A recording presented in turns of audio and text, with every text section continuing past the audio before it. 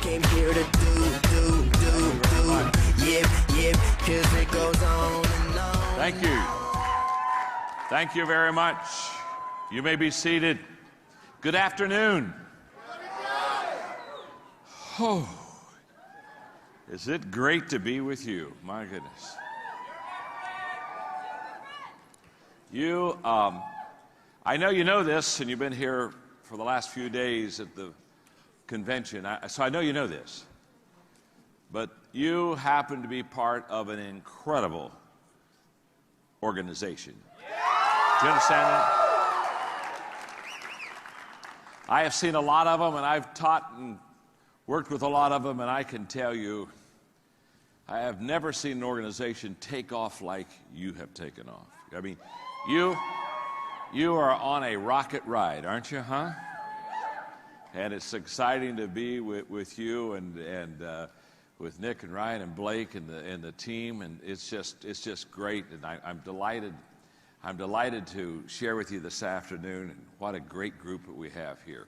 Let me get acquainted with you, okay? My name is John. Nice to meet you. What's your name? Nice to meet you. Nice to meet you. Margaret and I have been married for 43 years. We have 2 children. We have 5 grandchildren. You are all way too young to know what grandchildren are. You are one, but you haven't had one yet. But let me just explain this to you so when you have grandchildren, you'll understand this. Grandchildren are God's gift to you for not killing your children. Trust me. How many of you have teenagers? You have any teenagers? All right, okay. I just want to speak on behalf of your teenage children. Let them live. Because there are days, aren't there days when shall I let them live? Let them live, because if you let them live, there'll be a day they give you a grandchild. And when they give you a grandchild, you'll hold that baby in your arms, that baby, and you'll say, my goodness, this is the smartest, most beautiful baby in the whole world. And nobody has to tell you, you know that. And then you'll ask yourself a question. You'll look at this beautiful grandbaby and you'll say, why did intelligence skip a generation? I was at a large convention speaking, and I told that story, and I forgot my son Joel was in the audience. And so I was done. I walked back to the green room, and he was waiting on me. I mean, he was waiting on me. And I said, Joel, about the grandchildren, that little story, I said, I was just kidding, about intelligence skipping a generation. He said, no, Dad. He said, it's okay. In fact, he said, I think you're right.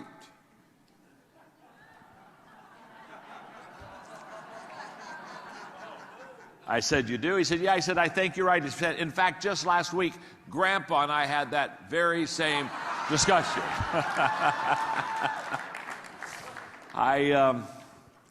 I brought this with me. I want to read one more quick thing, then we're going to have some fun and learn a lot about leadership today. I turned 65 this year, and you're way too young again to understand this, but I got a long way to go. My dad just turned 91. And my mom just passed away 2 years ago. They were married for 66 years. And but anyway, so I'm going to explain life to you. I love this. I'm going to explain life because we all ask questions about life and how do we fit in and what's our purpose, etc. So on this card here, in fact, it's a very important card. It's laminated. When anything is important, I laminate it. Okay? And I'm going to read this to you, and this will explain life. In fact, look at your neighbor and say, you are about to understand life. Go ahead and tell them that right now. Tell them. All right. In fact, look right back at them and say, and it's about time. Okay.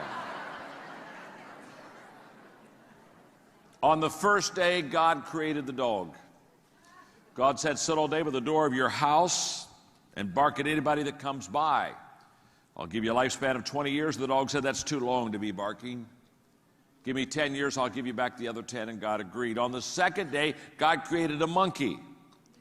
God said, entertain people, do monkey tricks, make them laugh. I'll give you a 20-year lifespan. The monkey said, how boring. Monkey tricks for 20 years? I don't think so.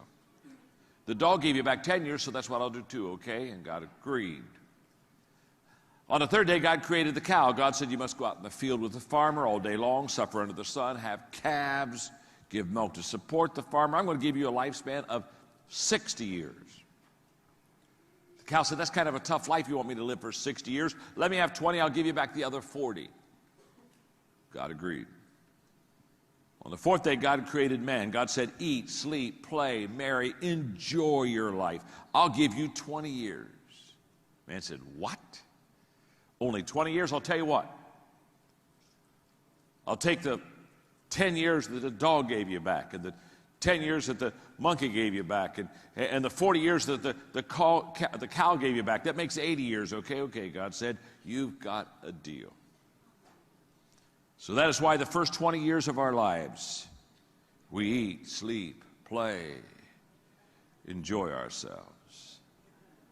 For the next 40 years, we slave in the sun to support our family.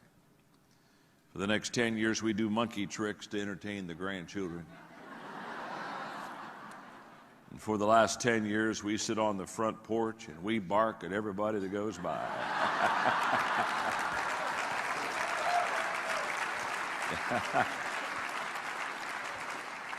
You've just had life explained to you. I was on the phone. I was up in San Francisco. I was doing some work with Condoleezza Rice, and we were doing some video shoots and things. And yesterday, or I guess it was the day before yesterday, I got on the phone with your leaders, and we talked about this meeting today, this time. And after talking to them and hearing from them, and again, I want to say what a great company you have, what great leaders you have. I know leaders. And I say this very, I say this with reflection. As I've met your three guys, they are the finest, sharpest young leaders that I have ever met. That's a fact. That's a fact. That's really a fact. And trust me, I meet a lot of leaders, and I hang with a lot of leaders. In fact, I just kind of do that for a living. And I'm looking forward to this year. I was just talking to all three of them back there for a moment, and this year I'm going to have the privilege of spending the year with them in a mentoring relationship. And I'm very excited about that. I am. I'm very excited to be able to pour what I know and what I've learned in my life into them. And they're so good. They're so eager already. So that's fun. So we were talking on the phone, and when I finished talking to them, I did what I do often. I travel to do a lot of speaking. But I literally, I just wrote out my lecture. I've never given this before, okay? I just sat down and I said, I know exactly what I want to teach you. And so it's kind of fresh. It's new. It's not a sugar stick, okay? It's just what I know that I think you need to know that will help you be a better leader, to be more successful, because my desire is to really take you to a whole new level leadership-wise. And so what we're going to do, let's call this teaching, since I've never given it before, let's call this teaching the Rule of 5 for leading. The Rule of 5 for leading. And in a moment, I'm going to explain to you how the Rule of 5 works, which is in itself tremendously life-changing. But what I'm going to do today is I sat down. I was up in San Francisco doing some writing for the last 2 days on another book. And I sat down and I wrote this out. I wrote this out, and I want to give this to you. So I want you to look at the person you're sitting beside and say, John's never done this before, okay? He says, it's never done this before,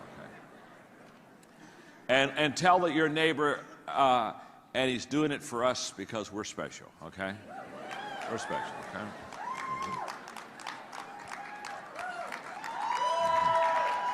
Okay. Because again, if I'm going to have a relationship with this organization, your leaders, and you, I want to come fresh. I want to come with teaching that really is where you're living and where you're going. And I know that you are the leaders of this organization, that as you go, the organization, the company goes. I know that. So let me I'm going to talk to you, let me talk to you a little bit about leadership. I wrote a book about 13 years ago called The 21 Irrefutable Laws of Leadership, okay? How many of you have that book? Would you raise your hand? Okay, good. Yeah. In fact, let me do it one more time, and this time raise both hands so it'll look like twice as many people.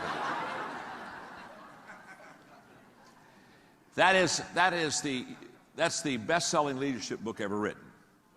It's sold millions of copies. It's sold over 1 million copies in China alone, where I go twice a year to teach and lecture. And the 21 Irrefutable Laws of Leadership, if you don't have it, you want to get it.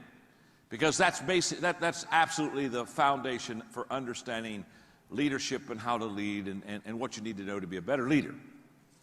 And for the teaching today, I'm going to take the first law, the law of the lid, L-I-D, and I'm going to teach the law of the lid for not long, 3 to 5 minutes.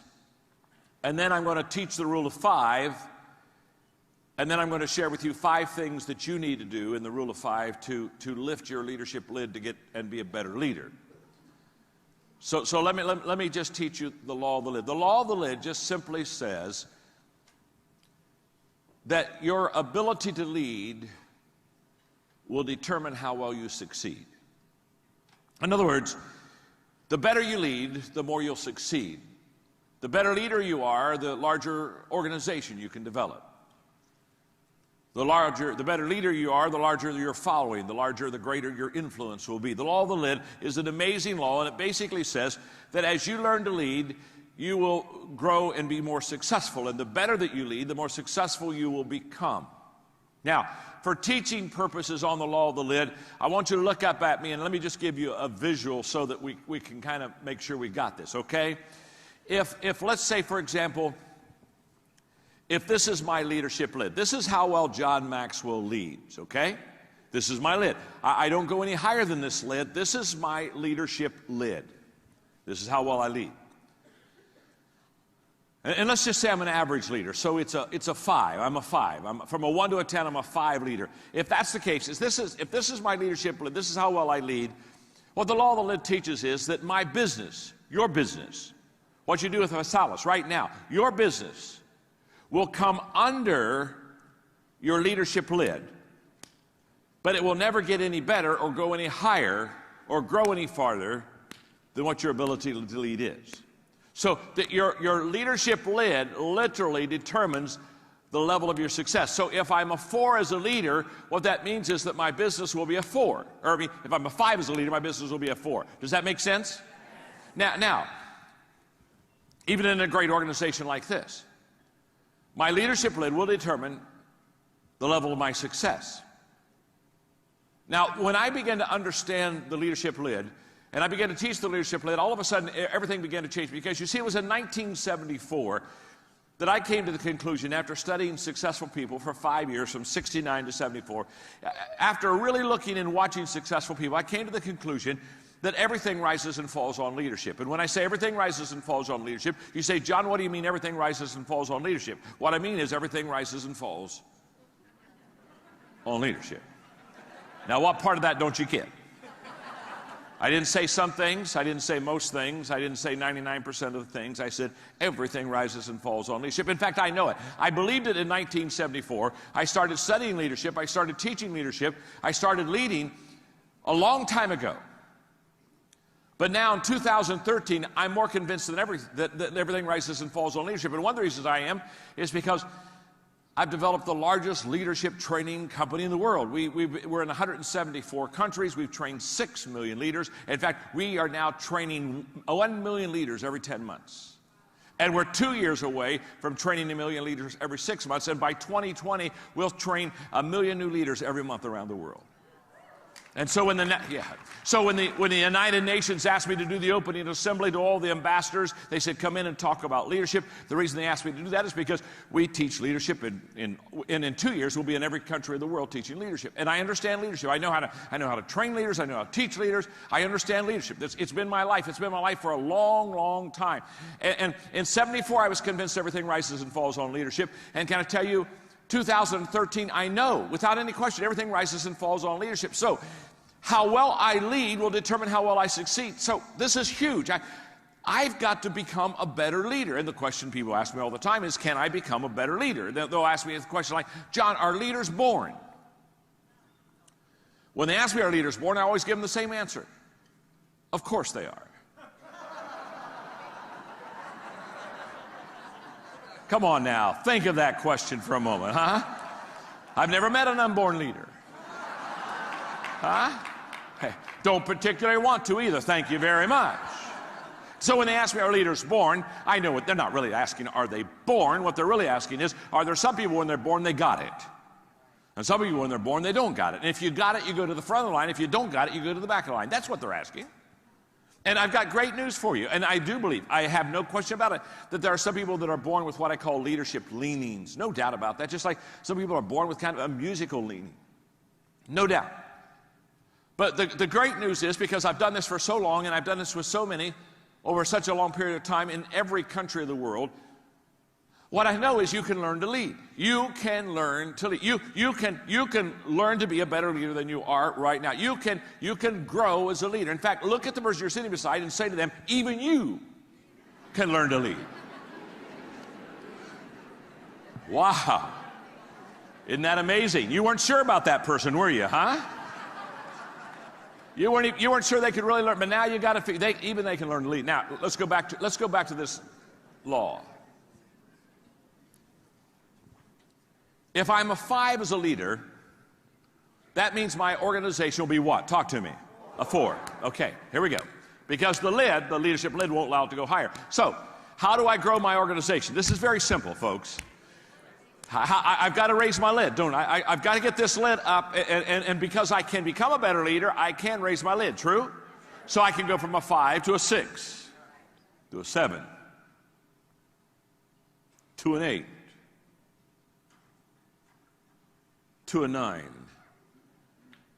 Now, this organization is a 4. When that leadership lid starts going up, that organization goes from a 4 to a 5, to a 6, to a 7, to an 8. You see, your organization will grow to the size of your leadership ability. Now, if I were where you are and I was listening to what I just said, and I was taking notes, somewhere on my notes or somewhere on my iPad, I'd be putting a star right here. I'd be putting a rocket ship. I would be putting a sign that says, do not miss this.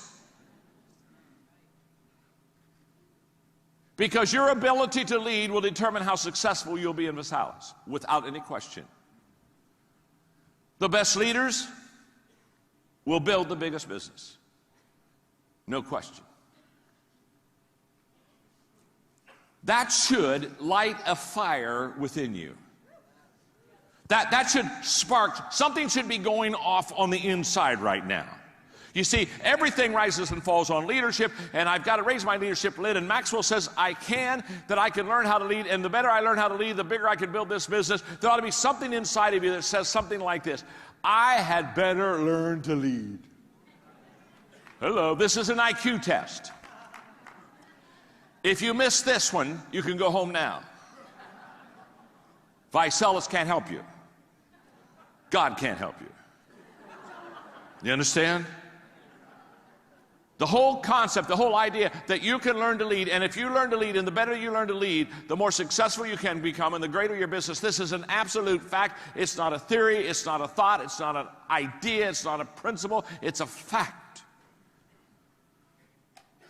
And the law of the lid says, the better you learn to lead, the higher you lift that lid, the greater your business can become. Now, that's the law of the lid. So the question that I have today, and as I was talking on the phone to your leaders the other day, the question I have is then, well, how do I lift that lid? How do I lift that lid? If that's the key, then John, come on, let's get that lid lifted. And by the way, you're in luck because I know how to do that. Yeah, I really do. I ain't bragging, just living it, okay? I know how to do that. In fact, look at your neighbor and say, John can help us. Go ahead and tell you. John can help us. And look at your neighbor and say, and you need John to help you. Okay. All right, okay. Now. John can help you. Trust me on this. I know how to lift the lid. Now, To help you lift the lid, let me teach you the rule of 5. Now, the rule of 5 I can teach for 2 hours, so understand, I'm going to try to do this in 3 minutes. But I can with you because you're smarter than these other organizations. You understand? Okay, all right. With some, it's a week conference. Okay. So, with some, a week doesn't matter. Still doesn't take. Okay. The rule of 5 is the most life-changing concept for focusing on success that I have ever taught, that I've ever lived. So I'm just going to drop it on you just enough to help you understand the 5 concept, to help you understand the 5 things you need to do to lift your leadership lid. The rule of 5 just simply says, if you have a tree in your backyard that you want to cut down, and you have an axe, if every day you pick up that axe and you go to that tree and you swing 5 times with that axe to hit that tree, put the axe down. The next day you go out, pick up the axe, swing 5 times at the tree.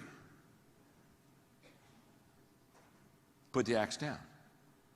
The next day you go out, pick up the axe, and 5 more times you swing at that tree. 5 times. Every day you pick up the axe, and only 5, not 50, not 15, not 500. 5. If you swing 5 times a day at that tree with that axe every day, let me ask you a question. What eventually is going to happen to that tree? That tree is going to fall. Now, there's no question about that, is there? There's any doubt. You don't have to sit around the table and kind of say, do you think it will? Let's hold hands and sing Kumbaya and hope.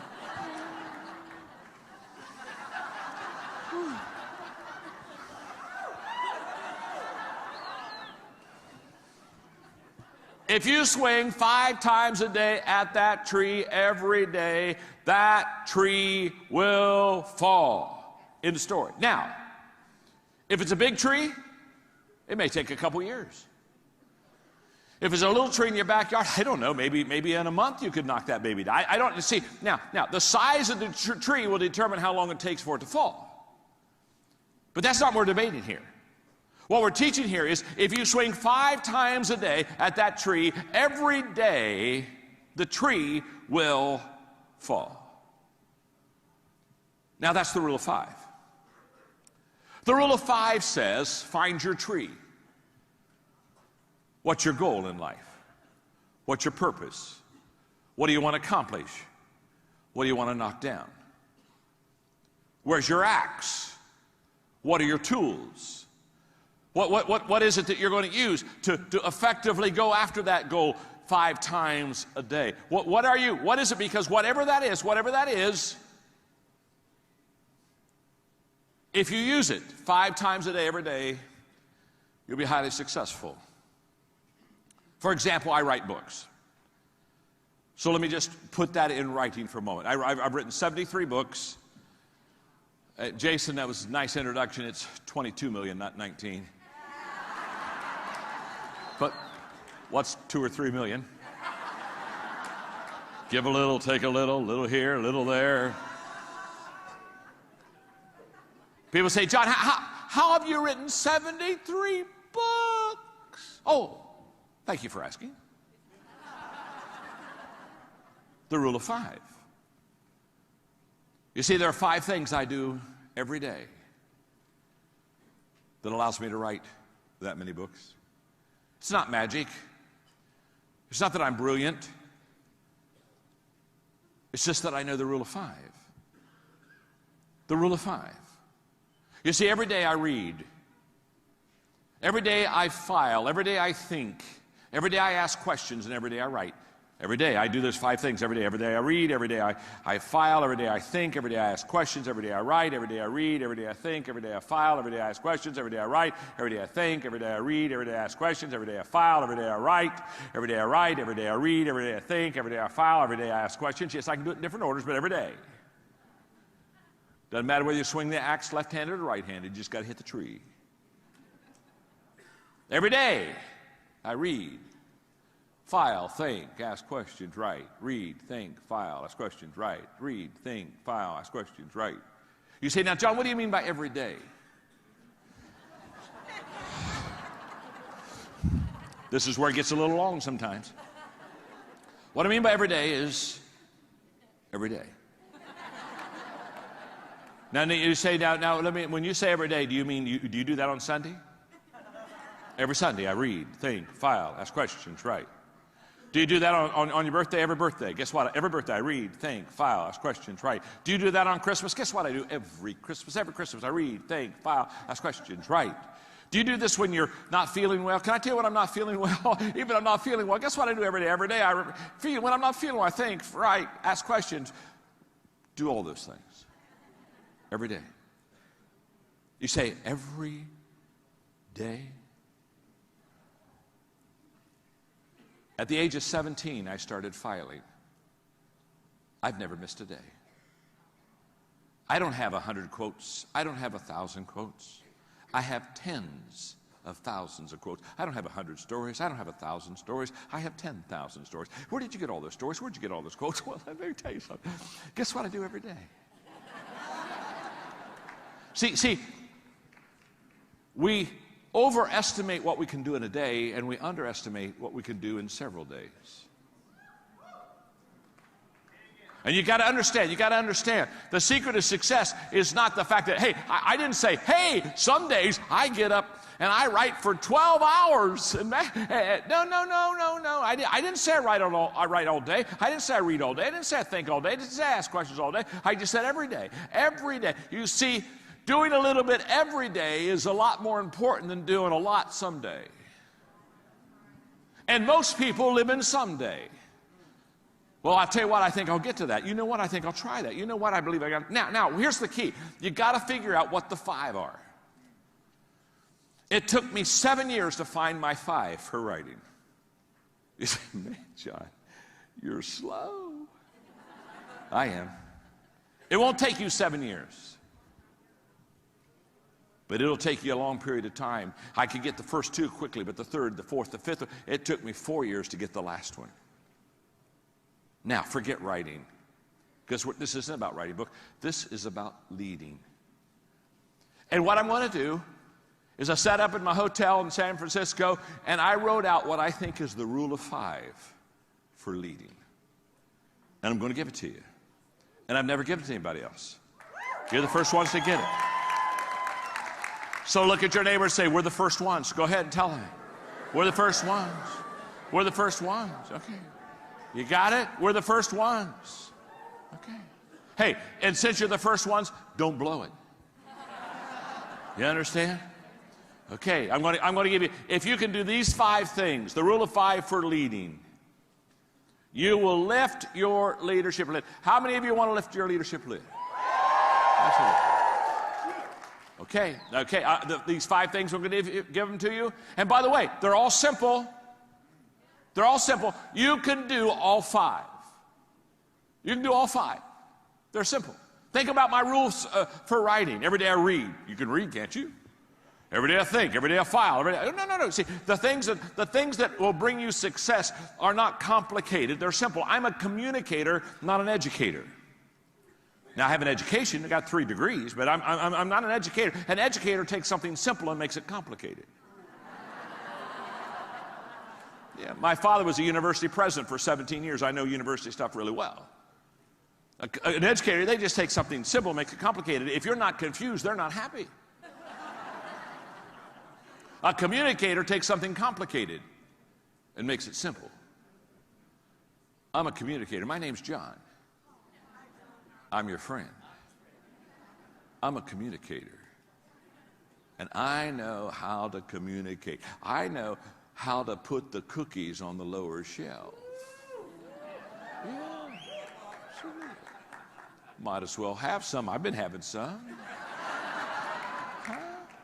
I know how to put the cookies on the lower. And what I'm going to share with you about leading, you can do this, but you can't do this in a day. And you can't do this in a week. And you can't even do this in a month. You can't do this in a year. This is a lifetime of living this rule of 5. Are you with me? Yes. It's a lifetime. So there's no quick fixes here. There's no magic. But you can do this. Okay. Let me give you the first one. The first of the rule of 5 for lifting your leadership lid is lead yourself. Lead yourself. Now you say, John, when you say lead myself, what do you mean? What I mean is lead yourself.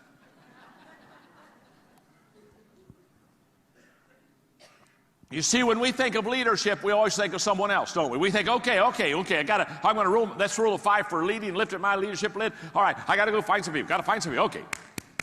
Find some people. No. Before you lead someone else, you need to lead yourself.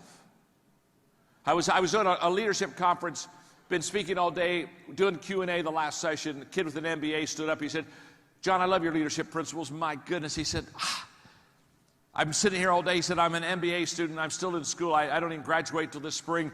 And he said, I kept listening to you and I kept thinking, boy, I wish I had somebody to lead. I wish I had somebody to lead. I wish I had somebody to lead. I wish I had a company. I wish I had a department. I wish I had somebody to lead. He said, I don't have anybody to lead. He said, where should I start? He said, good question. Start with you. Let me put it this way. If you wouldn't follow yourself, why should anyone else follow you?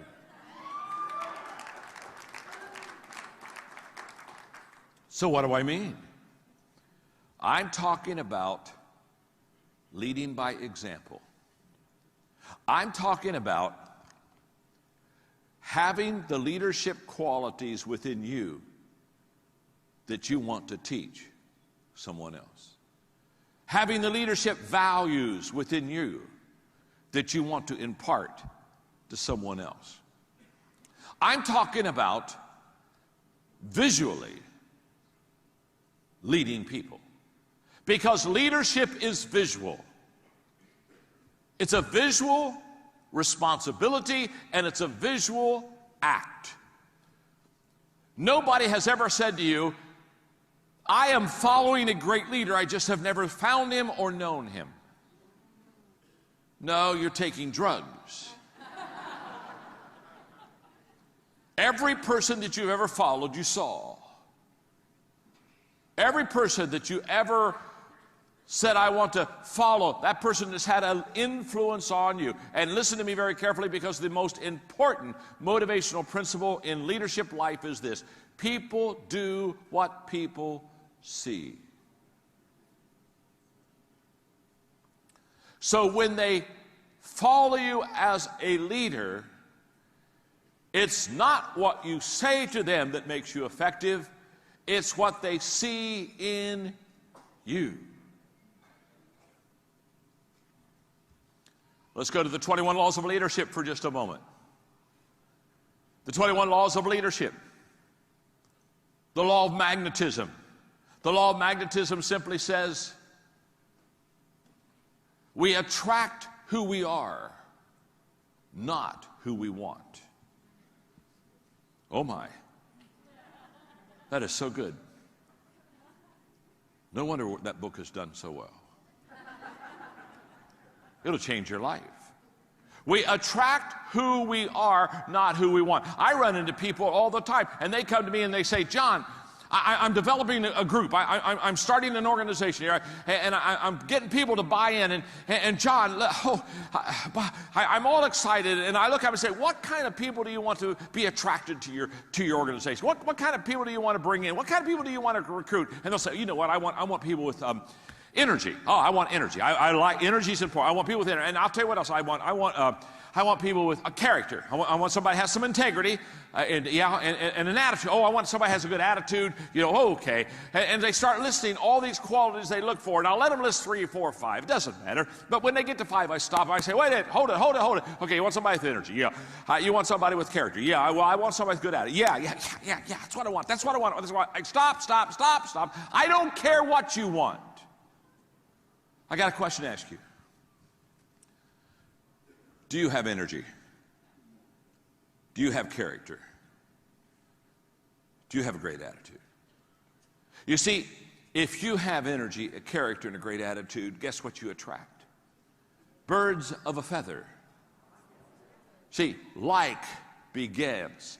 Like attracts like. Oh my goodness. Oh my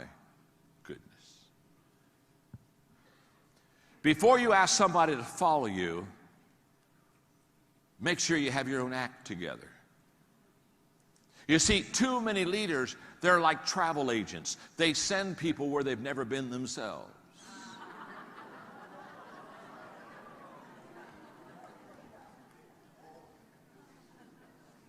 My name's John.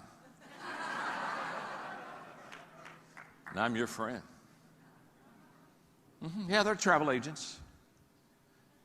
They've never been there themselves, but they're always sending other people there. They've never experienced it. They've never lived it. They've never fleshed it out. They're not living it. They get up and they think, I'll just cast a vision. I'll just cast a vision. Boy, I'll just say, all right, here's the great way. People don't want to follow your finger. They want to follow you. Quit pointing. Quit talking. Talk's cheap.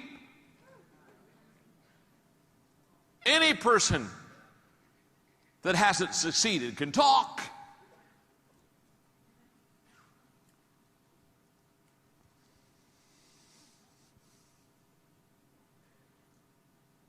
We teach what we know, but we reproduce what we are. Oh yeah, it's brilliant.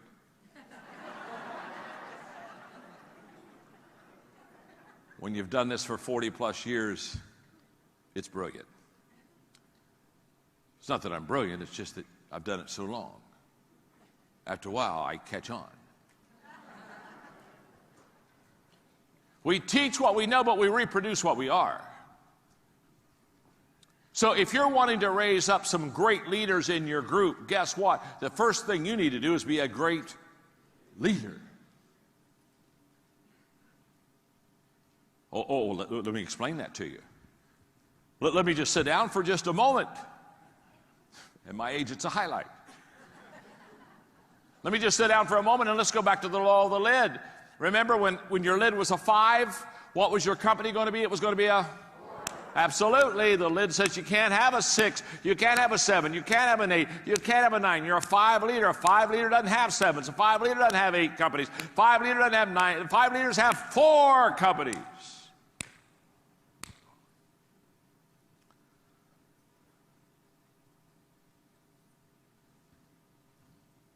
What kind of a person will you attract?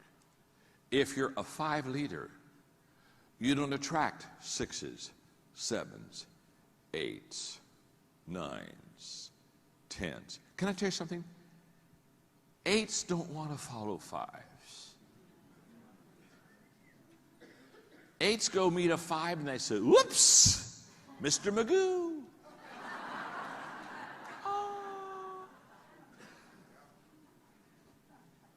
So how do you attract better people? Lift your lid. If you're a 5, you get 4s, 3s, 2s, and 1s. If you're a 6, you get 5, 4s, 3s, 2s. If you're a 7, you get 6. If you're an 8, you got this?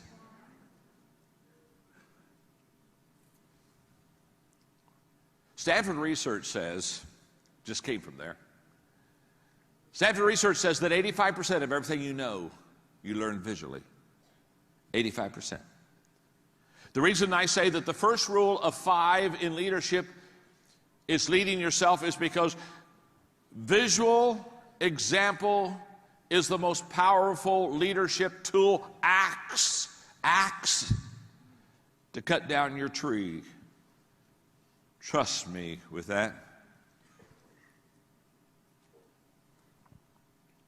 James Allen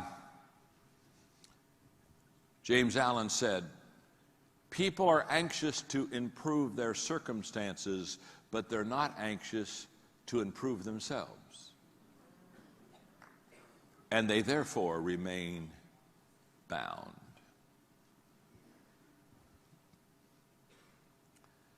The first person that you should teach leadership values to is you. The first person that should flesh out leadership is you. The first person that makes the decision to go forward is you. Lead yourself. I will promise you, start there. Start small. Start with you.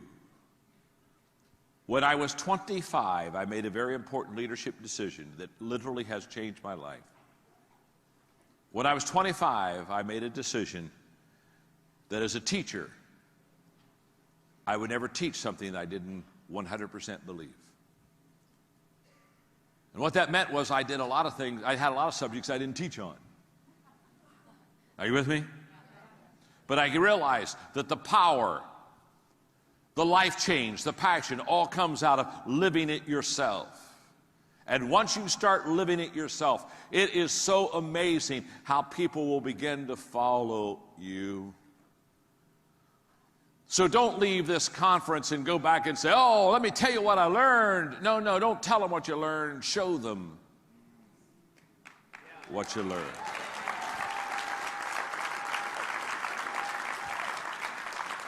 My mentor for many, many years, John Wooden, used to say to me, John, I would look at my players at UCLA and I would say to my players, don't tell me what you're going to do.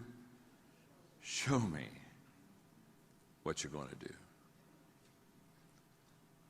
Number one on the rule of 5 for lifting your leadership lid is lead yourself.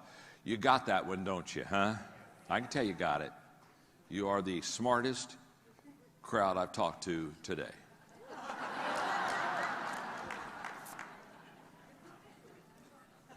Are you ready for the second rule of 5?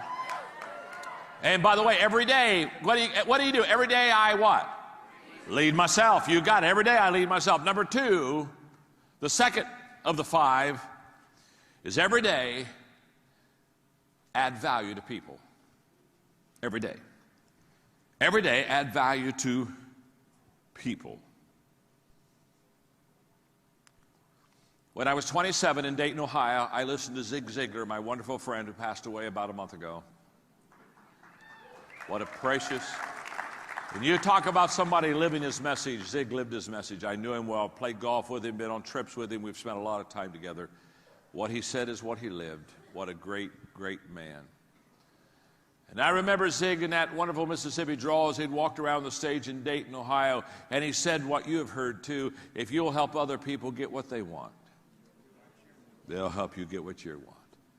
And that day my life was changed because as a young leader, I wasn't helping people get what they want. I was asking people to help me get what I wanted. I was saying, hey, listen to my vision. Look, here's where I'm going. Hey, look at my train. Hey, get on my train. Hey, let's go on my trip. Let's go on my journey. Hey, let me tell you. And I was trying to get people to come my way. And that day, everything changed when he basically said to me, John, leaders focus on others first. They focus on what is your dreams and what would you like to accomplish and what do you love? And what's your passion? It changed my life. And from that time on, I said, okay, I'm going to be a person that every day adds value. And can I tell you, I have a practice I've done for 35, 40 years. I did it this morning.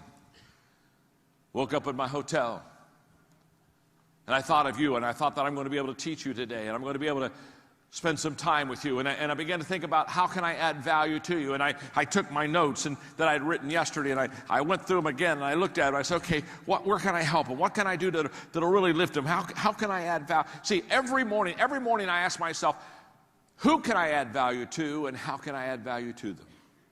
Every morning. And every evening I ask myself, did I add value to that person, and how did I do it? Every morning, who can I add value to and how can I do it? Every night, did I add value to that person and how did I do it? Every morning, who can I add value to and how can I do it? Every night, who did I add value to and how did I do it? It's amazing because I teach leadership is influence, and people come to me all the time. They say, okay, John, how do I increase my influence? Because the more people that you influence, the more people you're going to have in your business. No doubt about it. It's very simple. People that know how to add value to people continually increase value and influence with people. So because I'm so passionate about adding value to people on a daily basis, remember, every day, hey, every day I lead myself. Every day I add value to people. Every day I take that axe, lead myself, add value to people. Because I'm so passionate about it. I sat down a few years ago and I asked myself, okay, how do I add value to people? And I came up with 3 things that I want to pass on to you quickly. I add value to people, number 1, when I value people. You got to value people, friend. You got to really love people. Don't be like Charlie Brown one time who said, you know, I love mankind. It's people I can't stand. You got to value people. You see, if I don't value you, I'll take advantage of you. Leaders who get in trouble because they stopped valuing the people that they lead. So I've got to value people. Number 2, I have to know and relate to what you value. I have to know and relate to what you value, and I can only do that by listening. I can only do that by instead of talking and casting vision, turning to you and finding out where you are and how you feel, listening. Oh my goodness, the great leaders, they listen, they learn, and then they lead. They listen, they learn, and they lead. They listen, they learn, and they lead. They listen, they learn, and they lead. They listen, they learn, and they lead.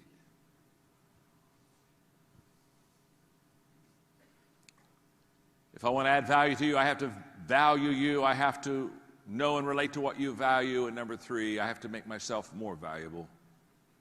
If I'm really going to add value to you, guess what I have to do? I have to keep getting better, don't I?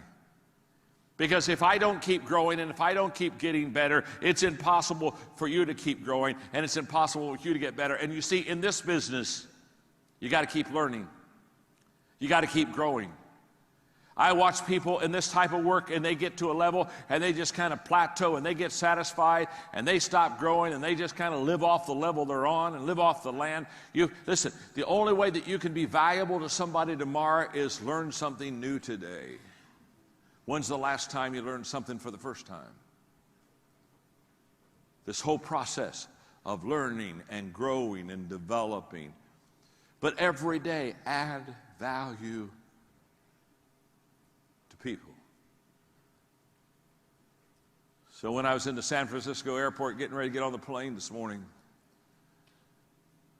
the lady behind the counter, when I got me an iced tea to drink, I asked her how her day was going, and she started talking about her 3 children and how she was going to leave work as soon as she could to help them get into school. And I listened to her for a moment and smiled and told her I thought she was a good mama. Paid $1.50 for my iced tea and gave her a $20 tip. Listen to me, I want to tell you something. When leaders stop valuing people, they should stop leading people.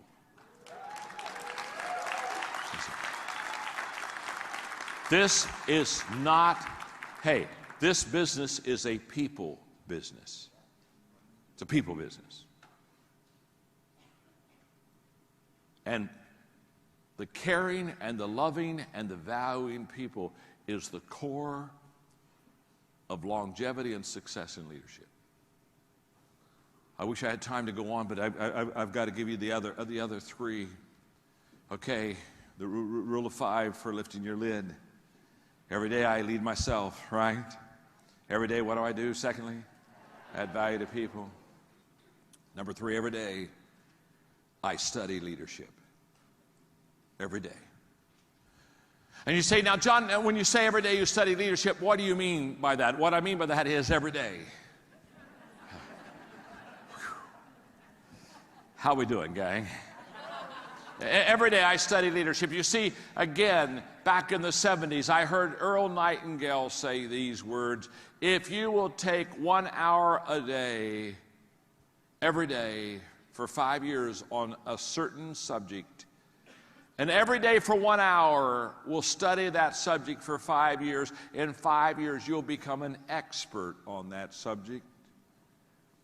And that was in the middle 1970s, and I said, I think I'm going to do that. I think until 1980, I'm going to spend an hour every day just studying leadership. I'm going to read leadership books, and I'm going to get around leaders. I'm going to study leadership, and by 1980, I'll be a great leader. And I did that every day until 1980. And by 1980, I thought, oh my goodness, this works so good. I think I'll do it until 1985. And so every day I did an hour of studying leadership until 1985, and I thought, oh my gosh, I know so much more in 1985 than I knew in 1980. I think I'll wait and go on to 1990. And so then I went for every day till 1990. I thought, man, I'm writing leadership books, and they're buying those suckers, and life is good. I think I'll do this every day.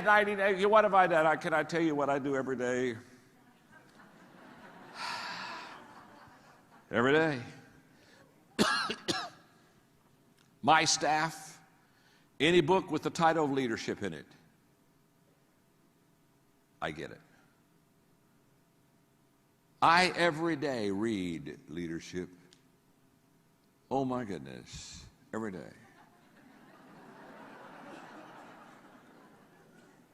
And because I have so much reading to do, I took 3 speed reading courses. Oh yes. So when I interviewed Condoleezza Rice on the plane out, I read a book on Condoleezza Rice. I can read a book real fast, you understand. I took speed reading courses so I could read more. Now, speed reading didn't increase my comprehension, but speed reading lets me get to where I need to get to so I can slow down so I can understand it.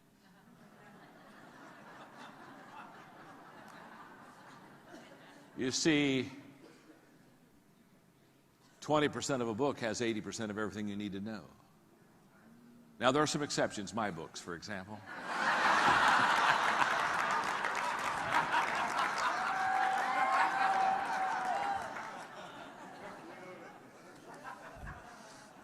So when I say study leadership, what do I mean?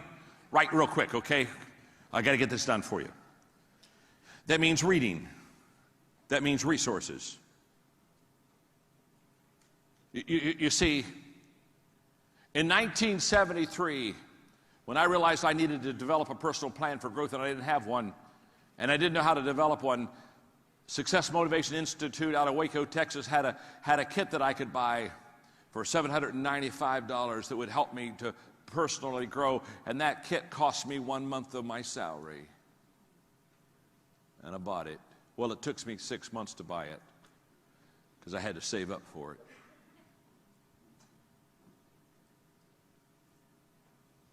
Most of my life, I have belonged to at least 7 CD clubs on leadership.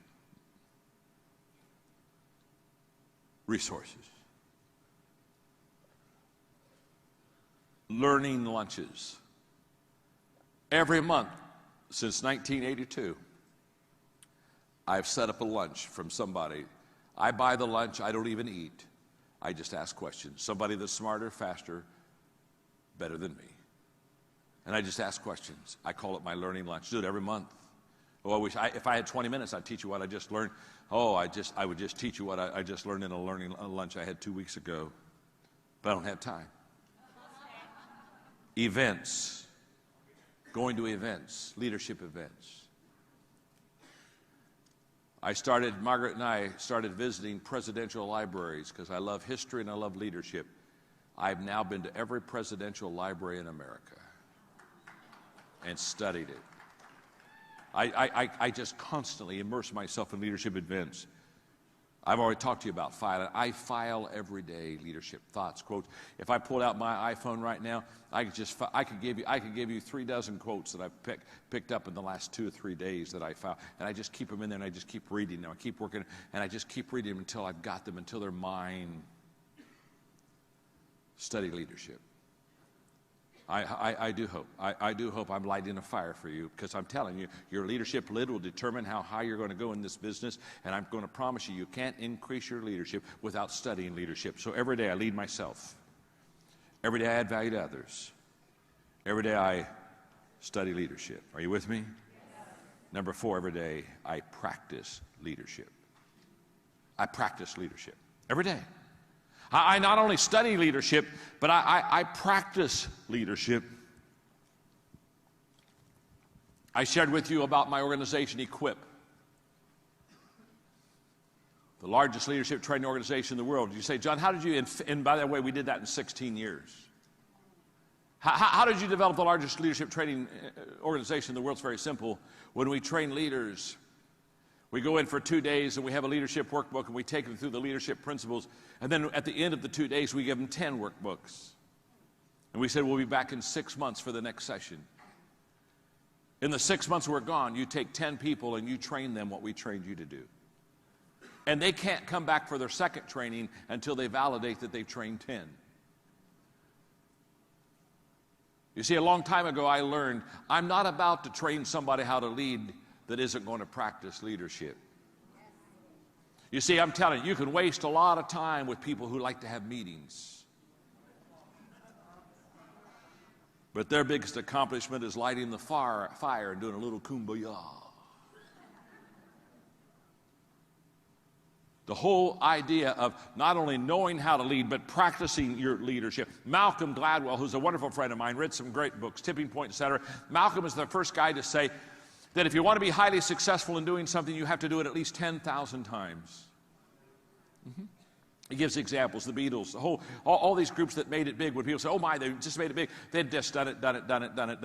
Practice, practice, practice, practice, practice, practice, practice, practice, practice, practice, practice, practice, practice.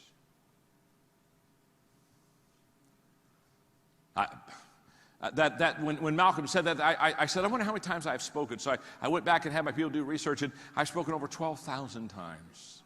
So people say, John, you walk out on stage, you take your water, you stick a cough drop in your mouth, you sit on a chair and say, my name's John, I'm your friend. You don't look nervous. It's like you're having a conversation with us. Well, I'm having a conversation with you. Absolutely, and I'm not nervous. I'm not nervous. I've done this 12,000 times. You say, oh, John, you look so natural when you do that. Of course I'm natural. I've done this 12,000 times.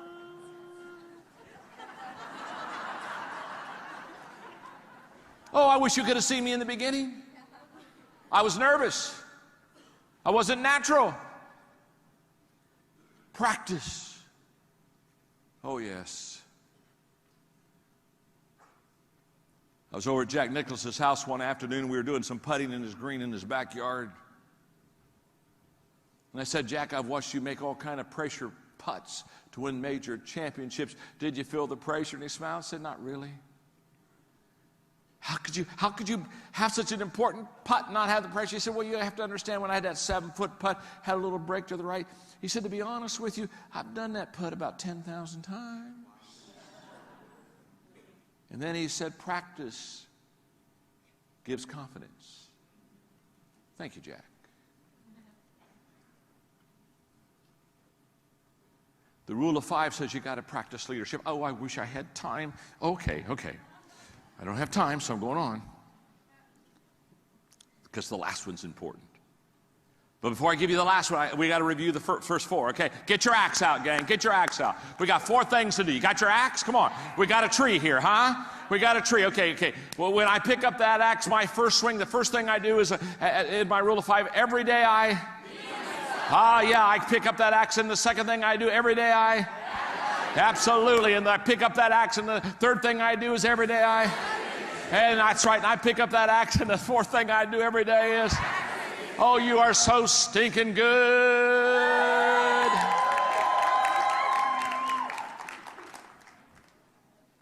Every day, number 5, I intentionally grow. Every day. Every day I intentionally grow. Oh my goodness. Every day I intentionally grow. This is huge. If you'll just hang with me, can you give me, if you'll just give me, can I have 5, if I have 5 more minutes, okay? 5 more minutes, okay, no, there are other things on the program, so I'm not wanting to disrespect anybody or the program, so if you could just, okay. So just, this is important right here. This is important because every day I intentionally grow. Are you with me? Yes. In 1977 I wrote this. It's laminated. Yeah, it's my prized possession. Because I wasn't in a growth environment. I wasn't lucky like you. I didn't belong to an organization named Visalis. I didn't belong to an organization that is an amazing organization that's breaking all kind of records. I didn't get to go on the rocket ride. I wasn't on a ride. I was on a donkey.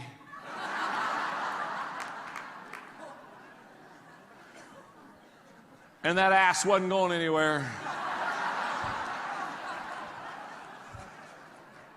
My organization's theme song was, "I shall not be moved." And they weren't. And all of a sudden I decided I wanted to be a success, but I didn't have peers like you to help me be successful. I didn't have leaders like you have to help me be successful. I didn't have an organization like you have to be successful. I didn't have strategy like you and training like you to be successful. I didn't have any of that. And so I'm a kid, and I said, I want to be successful. And I knew that I had to create a growth environment, and I wasn't in a growth environment. And so how do I create a growth environment when you aren't in a growth environment? The people that I was with, their idea of progress was moving backwards slowly. So I wrote this down in the late 70s. And it's still true today. Here's what I think a growth environment is. A growth environment is a place where others are ahead of me. In other words, I want to be around people that are better than me. I want to be around people that are more successful than me. I want to be around people that are faster than me. And that's exactly what you have in this organization. You got some pace setters, don't you, huh? You got some amazing, amazing pace setters. Let me just put it this way. When you're at the head of the class, you're in the wrong class. That's good, isn't it? Yeah, it is. What do you say? It's just good. My name's John. I'm your friend. A growth environment is a place where I am continually challenged. I'm continually challenged. I mean, every day I get up, I got another hill to climb. I'm not looking for the hammock. I'm looking for the hill. A growth environment is a place where my focus is forward. It's right out in front of me. It's not behind me. It's not the good old days. It's not yesterday. A growth environment is a place where the atmosphere is affirming, where the people around me, they're encouraging me. Encouragement is the oxygen of the soul. A growth environment is a place where I am out of my comfort zone. In other words, I'm telling you, I'm taking virgin territory. I'm going places where I've never been before, and I'm not one bit comfortable. I'm nervous, and I'm excited, and I'm stretching, and I'm praying, and I'm holding on, and I'm just, oh, help me, help me, help me. Help me, Rhonda. Help me, Rhonda. Help. I'm over my head. Are you with me? And can I tell you something? You want to be over your head. You want to be over your head. You don't want to be in the wading pool of life with ankle-deep water. Get over your head. And by the way, when you're over your head, it doesn't matter how deep the water is. You're over your head.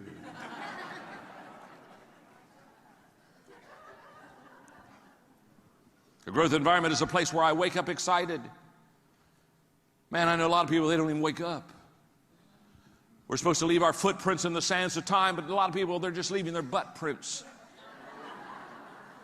Yeah, they just got butt prints in the sands of time. They're not doing anything. You with me, huh? Hello, come on, talk to me. There are some people, they're already dead. They just haven't made it official yet. Yeah. A growth environment is a place where failure is not my enemy. It's not my enemy. Failure is my friend. Oh, yes. I write 3 books at a time. This one's not out yet, but I've written it. It comes out next year.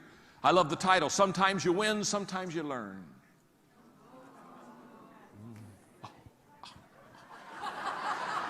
It's good, isn't it? That's good. It really is. A growth environment is a place where others are growing. Some of you, I've seen some people, they win the race, but it was because no one else was running.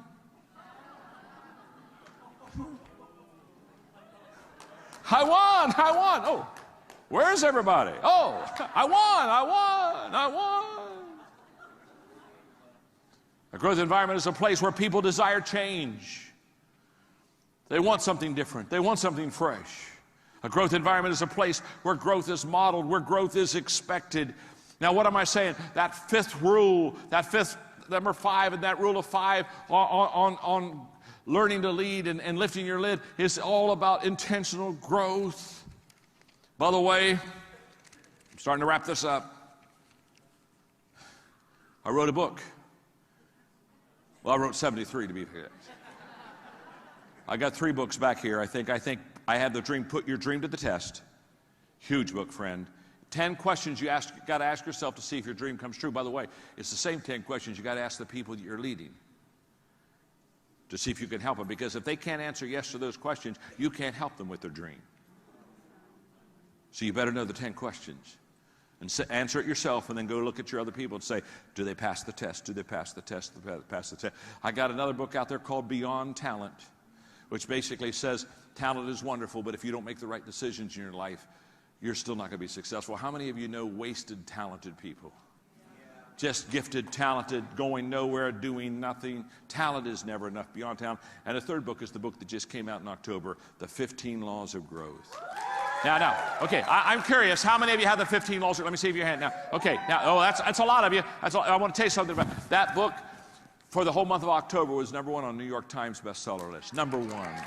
And I'm going to tell you why.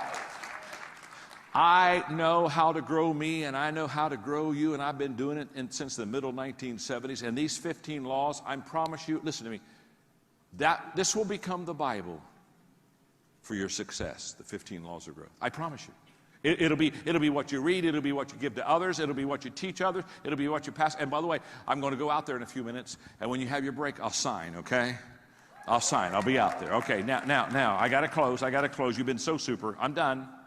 Well, I got one quick story, but I am done. Some American tourists were in a very small, quaint European village. And the old buildings were old, and they became quite nostalgic, and they just thought about the greatness of this little town. And they saw an old man that was sitting on a parked bench. And they went up to him, and they said, do you live here? He said, I've lived here all of my life. They said, oh, good, we've got a question to ask you. We love this village. He said, what's the question? He said, have any great men been born in this village? The old man on the bench said, no, only babies.